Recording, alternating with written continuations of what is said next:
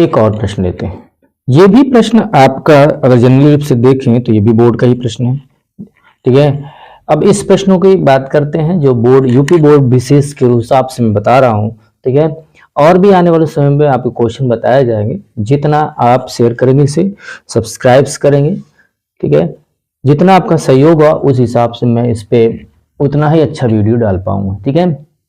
मेरे पास जो संसाधन उसी का मैं प्रयोग कर रहा हूँ, ठीक है।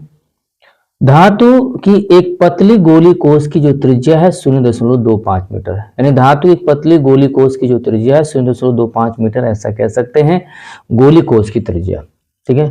गोली कोष की त्रिज्या कैसी भाई, यानी इस प्रकार का है गोली कोष है, ठीक है।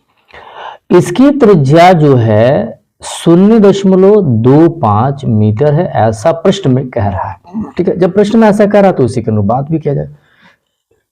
कह रहा है कि 0.25 है, इस पर 0.2 माइक्रोकूलाम का आवेश है, यानी गोली कोष पे, यानी इसके ऊपर जो आवेश है, जो चार्ज है, ये चार्ज कितना है 0.2 माइक्रोकूलाम का है, ठीक है। अब इसको बाद में कूलाम में चेंज किया जाएगा, क्योंकि जब सबको पता है 1 माइक्रोकूलाम पर 10⁻⁶ कूलाम होता है, ये बात कंफर्म है, ठीक है। लेकिन पूछता क्या है कि इसके कारण एक बिंदु पर वैद्युत क्षेत्र की तीव्रता ज्ञात कीजिए, जबकि बिंदु कोष के भीतर हो, यानी एक बिंदु कोष के भीतर हो, उस पे कह रहा है वैद्युत क्षेत्र की तीव्रता ई की बात कर रहा है, ई कितना की वैल्यू होगा उसकी बात किया है। दूसरा कह रहा है इसके पृष्ठ पर ई का मान ज्ञात करने की बात कर रहा है। तीसरा है इसके पृष्ठ से बाहर वैद्युत क्षेत्र, किसी बिंदु पर वैद्युत क्षेत्र की तीव्रता ज्ञात करना है। देखिए कोष के भीतर कह दिया, एक तो एक कोष के बाहर कह रहा है, और वो भी कोष के बाहर कहां पे, पृष्ठ की बात कर रहा है, और एक जो बात कर रहा है कोष के केंद्र से 3 मीटर दूरी, और जबकि त्रिज्या 0.25 है, बल्कि त्रिज्या 0.25 है, ठीक है, 0.25 मीटर है, ठीक है। अब जबकि कोष से बाहर 3 मीटर, यानी बाहर की तरफ वैद्युत क्षेत्र की। तो एक बात ध्यान दीजिएगा कि जो आवेश कोई भी होता है, आवेश से जो बल रेखाएं उत्पन्न होती हैं उसी के कारण से आपका वैद्युत फ्लक्स, वैद्युत क्षेत्र की तीव्रता उत्पन्न होती है, ठीक है ना। माने ऐसे कह सकते हैं इसके, जैसे आपने पढ़ रखा हो किसी भी आवेश के अंदर कोई अन्य आवेश आना चाहता तो बल का अनुभव करता है, जिसको वैद्युत बल कहते हैं, ठीक है।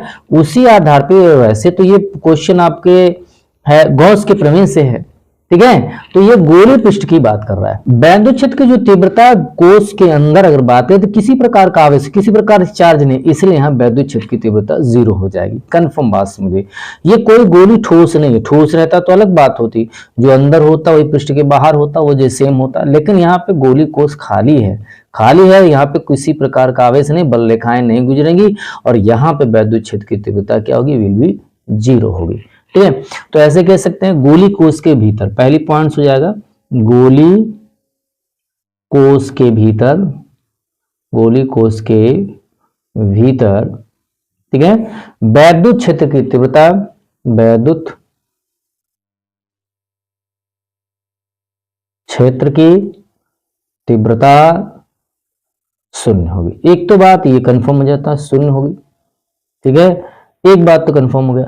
दूसरी बात है कि इस पे जो आवेश है 0.2, यानी कि आवेश कहां पे तीव्रता नहीं, एक तो पृष्ठ पे निकले, एक बाहर निकल सकते, दो ही कंडीशन है, और इसमें दूसरा कारण है। इसका जो फॉर्मूला जो है ना, किसी भी आवेश के कारण जो वैद्युत क्षेत्र की जो फॉर्मूला होता है वही उपयोग करना है, ठीक है। जो पहले चैप्टर का है उसमें जो आवेश का ई बराबर क्या होता है 1/4 पाई, ई बराबर 1/4 pi epsilon not, Q upon क्या होता है आर का स्क्वायर, इसी फॉर्मूले का यूज करेंगे। बस अंतर ये है कि भाई पृष्ठ पे अलग निकालेंगे, बाहर अलग निकालेंगे, ठीक है। तो अब गोली कोष के कह रहा है बाहर, अर्थात गोली कोष के बाहर, अर्थात पृष्ठ पे बात कर रहा है। यहाँ पे लिखेंगे गोली कोष के पृष्ठ पर वैद्युत क्षेत्र की तीव्रता, वैद्युत क्षेत्र की तीव्रता, यदि हम मान लें कि इसकी तीव्रता क्या आपकी कैपिटल आर है, यानी ये कैपिटल आर अगर मान लेते हैं, यहाँ पे कैपिटल आर मान लेते हैं, तो जब ये आर मान रहे हैं तो निश्चित तौर पे आपको क्या हो जाएगा, फार्मूला जो बनाएंगे ई बराबर 1/4 pi epsilon not Q upon capital R का स्क्वायर। R1 मान लीजिए, कुछ मान लीजिए, बस दूरी को मान लेना, ठीक है। तो इसका जो वैल्यू होता है 1/4 पाई का मान होता है 9 गुणित 10 के पावर 9 हो जाता है। Q का मान कितना है 0.2 माइक्रो कूलम है।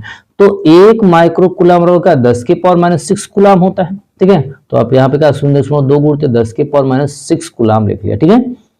अब आगे क्या करेंगे, त्रिज्या कितनी दी गई है 0.25 मीटर दिया गया। तो आप यहाँ पे लिखेंगे 0.25 मीटर का होल स्क्वायर। अब इसी को वैल्यूएट करना है, हल करना है। आप इसको हल करेंगे, ये 25 कवर कर 625 हो जाएगा, यानी 0.06 2 अंकों पे है, तो आपका वैसे ही चलेगा ये क्वेश्चन। 9 गुणित 10 के पावर 9 0.2 गुणित 10 के पावर -6, इसका वर्क कर दे, ठीक है। तो आपका हो जाएगा 625 और 2 अंक पर ये, फिर 2 अंक पर और लगेगा, ठीक है। तो आपको 0 लग जाएगा यहाँ पे, ठीक है। अब इसी को हल कर लेना है। जब इसको आप प्रश्न को आप हल करेंगे तो जो इसका आंसर है, इसका जो आंसर आप ऐसे लिख सकते हैं ई के बराबर। ई के बराबर आप लिख लीजिए, ई के बराबर आप लिखते हैं तो ई का जो मान आ जाएगा इसका 2.88 गुणित 10 के पावर 4 न्यूटन प्रति कूलम हो जाएगा, ठीक है ना। इससे आप लिख सकते हैं। ये जनरली इसका आंसर हो जाता है, और इस आंसर को आप इस तरह से घेर दीजिए। परीक्षा में जब भी लगाएं, आंसर जहां पे आता है उसको घेर देंगे, जिससे टीचर की नजर उस पर जा सके, ठीक है। यूपी बोर्ड विशेष है। तीसरा भाग कहता है कोष के केंद्र से 3 मीटर की दूरी पर। अभी हम लोग बात कर रहे थे, जैसे ये गोली कोष है, इससे 3 मीटर की दूरी पर, बाहर की तरफ, ठीक है, बाहर की तरफ। तो आवेश जब इस पे है, तो इस आवेश के कारण से क्या बल रेखाएं बाहर की तरफ निकलेगी, तो वैद्युत क्षेत्र की तीव्रता आसानी से आप ज्ञात कर सकते हैं, ठीक है। तो यहां पे आप लिखेंगे कोष के केंद्र से, कोष के केंद्र से 3 मीटर दूरी पर, 3 मीटर की दूरी पर वैद्युत क्षेत्र की तीव्रता, वैद्युत क्षेत्र की तीव्रता, वैद्युत क्षेत्र की तीव्रता ई बराबर क्या कर सकते हैं 1/4 पाई एप्सिलॉन नॉट Q बटा की स्मॉल r का स्क्वायर। बाहर की जो त्रिज्या है, यानी ऐसे समझिए, जो ये त्रिज्या बाहर तरफ, इसको स्मॉल r मान लेते हैं, ठीक है, स्मॉल r मान ले, और ये जो आप यहां तक की जो त्रिज्या इसको कैपिटल R मान लेते हैं, ठीक है। तो कोई भी मान लीजिए, कोई फर्क पड़ने वाला नहीं है, ठीक है। बस ध्यान देना है कि हमें क्या वैल्यू रखा है। इसका वैल्यू कितना हो जाएगा 9 गुणित 10 के पावर 9। Q का मान कितना है 0.2 गुणित 10 के पावर कितना जाता है 10 के पावर 6, 10 के पावर -6, ठीक है। R का जो मान है 3 का वर्ग, तो 3 का होल स्क्वायर आप लिख सकते हैं यहाँ पे, ठीक है। 3 का होल स्क्वायर लिख लेंगे तो 9 हो जाएगा, 9 एक कम 9 कट जाएगा, यहाँ पे 1 हो जाएगा, और आसानी से इसको आप हल कर सकते हैं। 1 हो, जैसे आप 9 गुणित 10 के पावर 9, 0.2 गुणित 10 के पावर -6 बटे कितना हो गया आपका 9 हो जाता है, ठीक है। आप यहाँ पे 9 लिखेंगे, इधर आप लिखेंगे 9 से कट गया 1 हो जाएगा, 1 गुणा करें 0.2 हो जाएगा, और ये आपका 9 में से 6 चला है, क्योंकि माइनस टर्म में, ये प्लस टर्म में, ठीक है। 9 से +3 हो गया। अब इसका इसमें गुणा करेंगे तो 2 के पीछे 3 पावर है, 3 जीरो लगा, 10 यहाँ पे लगा दिया, ठीक है। तो ये आपको हो जाएगा 200। तो यहाँ पे ऐसे लिख सकते हैं वैद्युत क्षेत्र की तीव्रता ई के बराबर, ठीक है। वैद्युत क्षेत्र की तीव्रता ई बराबर आप इस प्रकार से लिखें, ई के बराबर हो जाएगा आपका 200, ठीक है। 200 क्या, वैद्युत क्षेत्र की तीव्रता को न्यूटन प्रति कूलम से व्यक्त करते हैं। क्यों? क्योंकि वैद्युत क्षेत्र की तीव्रता ई के बराबर होता क्या है, ई बराबर होता है F बटा के Q, और F का मात्रा क्या होता है, बल का मात्रा न्यूटन, इसका मात्रा कूलम, न्यूटन प्रति कूलम, ठीक है। इस क्वेश्चन को आप देखें, इसी तरह से ये क्वेश्चन दिया गया है, और इस क्वेश्चन को बार बार, ऐसे क्वेश्चन को बार बार आप अभ्यास करें, ठीक है। इसका आंसर ऑलरेडी यहाँ पे आ गया, ठीक है।